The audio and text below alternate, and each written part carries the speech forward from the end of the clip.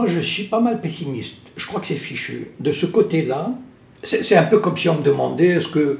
On m'a demandé, est-ce que vous croyez, par exemple, à un réveil en Israël d'une gauche ou d'un camp pacifiste, etc. Je dis, il n'en est absolument pas question. Enfin, il y a, mais c'est tellement infime qu'on ne peut pas compter là-dessus. Et en France, malheureusement, je ne vois pas un tel sursaut. Pourquoi?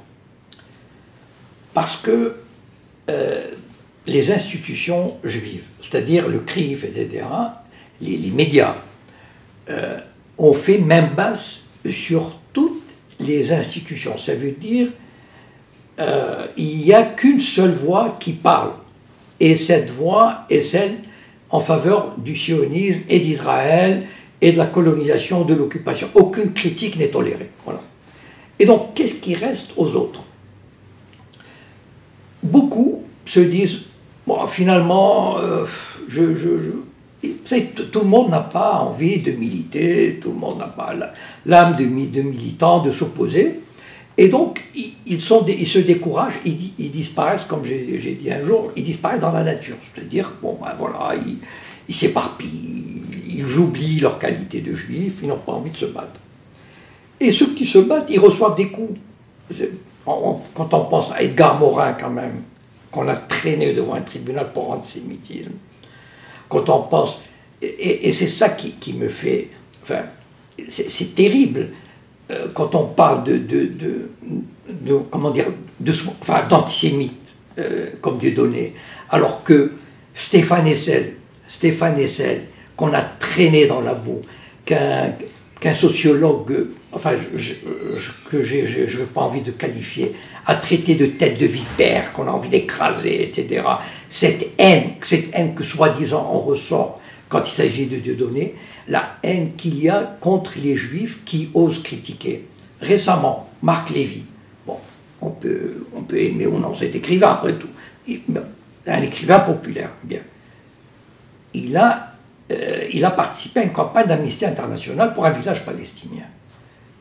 Mais il faut voir ce qu'il a reçu comme insulte des sites sionistes. C'est donc, il y a beaucoup de juifs qui, à mon avis, n'ont pas envie d'avoir affaire à ces gens-là. Et donc, ils disparaissent, enfin, ils n'ont pas envie de se battre.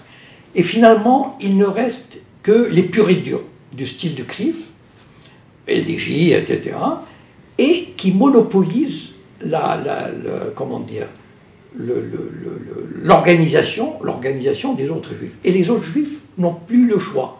Ou alors ils marchent dans cette histoire, ou alors ils se retirent sur la pointe des pieds parce qu'ils n'ont pas envie d'avoir des histoires. Mais certainement un jour, parce que, vous savez, il y aura toujours un retour de bâton.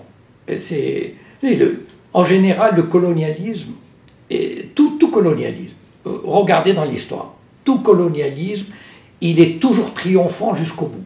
C'est-à-dire, il va jusqu'au bout de sa logique coloniale, de sa logique répressive, de domination, d'expansion, etc., jusqu'au jour où il doit aller contre le mur et il s'effondre. Et c'est malheureusement, et là, il y aura un retour de bâton. Mais il sera trop tard, malheureusement. Eh bien, Jacob Cohen, nous vous remercions d'avoir accordé cet entretien à l'agence Info Libre.